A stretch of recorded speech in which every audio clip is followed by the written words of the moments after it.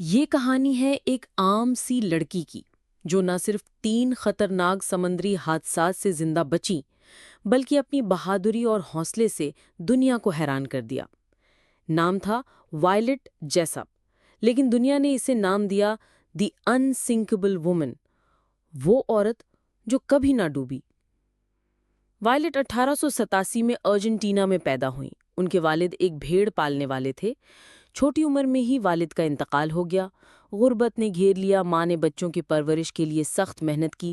Violet بھی کم عمری میں ہی کام پر لگ گئی۔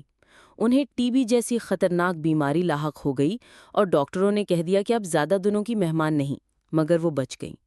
یہ ان کی زندگی کا پہلا معجزہ تھا۔ کچھ برس بعد وائلٹ نے بحری سفر کی بڑی کمپنی وائٹ سٹار لائن میں ملازمت اختیار کی۔ 1911 میں انہیں دنیا کے سب سے بڑے بحری جہازوں میں سے ایک HMS اولمپک پر کام ملا۔ یہ جہاز جدید ترین تھا اور بے حد مشہور۔ لیکن ایک دن جب جہاز سفر پر تھا، وہ ایک برطانوی جنگی جہاز سے ٹکرا گیا۔ زوردار دھماکہ ہوا، مسافر خوفزدہ ہو گئے اور کئی افراد زخمی ہو گئے۔ وائلٹ بھی اس وقت جہاز پر موجود تھیں، مگر وہ بے حفاظت بچ نکلیں۔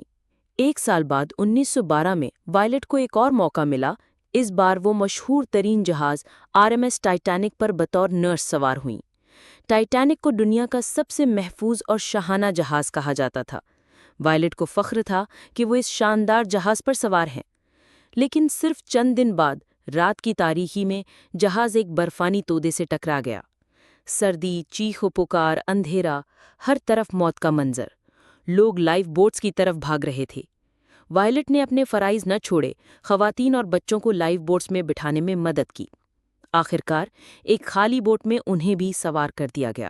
وہ پوری رات ٹھنڈے پانی میں سمندر پر تیرتی رہیں اور صبح کو ایک ریسکیو شپ نے بچا لیا۔ یہ ان کی دوسری جان لیوا آزمائش تھی اور وہ ایک بار پھر بچ گئیں۔ جنگ عظیم اول جاری تھی اور وائلٹ نے نرسنگ کی خدمات جنگی زخمیوں کے لیے پیش کیں۔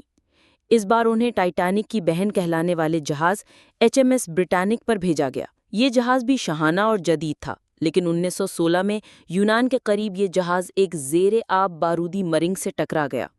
پھر سے وہی کہانی، پانی بھرنے لگا، چیخیں گونجنے لگی۔ وائلٹ نے چھلانگ لگا دی، لیکن جیسے ہی وہ پانی میں گری، ان کی کشتی ایک بڑے پروپیلر کی طرف بہنے لگی۔